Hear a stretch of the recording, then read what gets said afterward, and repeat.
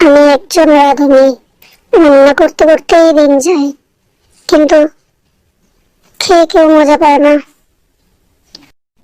এটা একটা পাগলা গারদ, এছাড়া আর কিছুই না।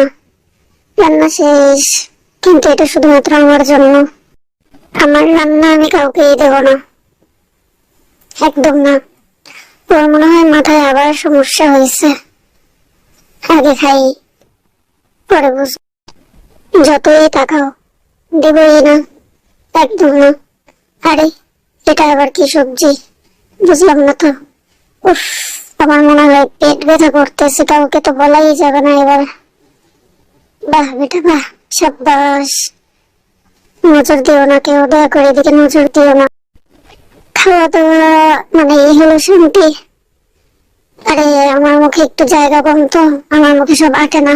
আমার মাথায় কিন্তু অন্য কিছু চলছে, এটা কাউকে বলা যাবে না। কিরে কিরে, বুঝলাম না তো, ও আবার কি বললো?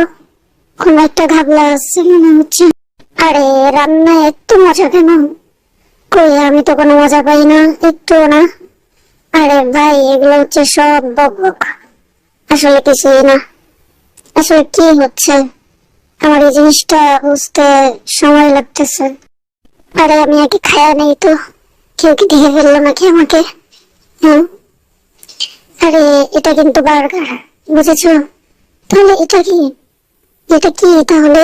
হুম। কিরে কিরে, তোর চুলগুলো এরকম কেন রে? ওই, আমাকে একটু ঘাড়ে নিয়ে জানা রে। ওই দেখতো ওরা কি করে। High high. আরে, আমরা শপিং করতে যাচ্ছি, এটা কি বুঝো না? এটা হলো পোজ। আরে ভাই, ভালো লাগতেছে না রে। আমরা পাগল। আমরা সবাই পাগল। দিস ইজ পাগল। হ্যাঁ, তোমার বক্তব্যগুলো আমার কাছে খুবই ভালো লাগে। সাব্বাস সাব্বাস। ভাই, ঝগড়া করি। ভাই, তোর টাইটার মধ্যে নড়ে। আরে ভাই আয়, কি হয়েছে তোমার? ধরো, ভালো লাগে না কোনো কিছু। এগুলো আসলে কিছুই না, আমরা হচ্ছে সবাই পাগল। জ্বালাইছি না তো, ভালো লাগে না সবসময়। ওই, আমার জিনিসটা নিলে ফেলে গিয়া। দেখি তো তুই কার লগে এসএমএস করতেছিস। এটা কি আমার গার্লফ্রেন্ড না?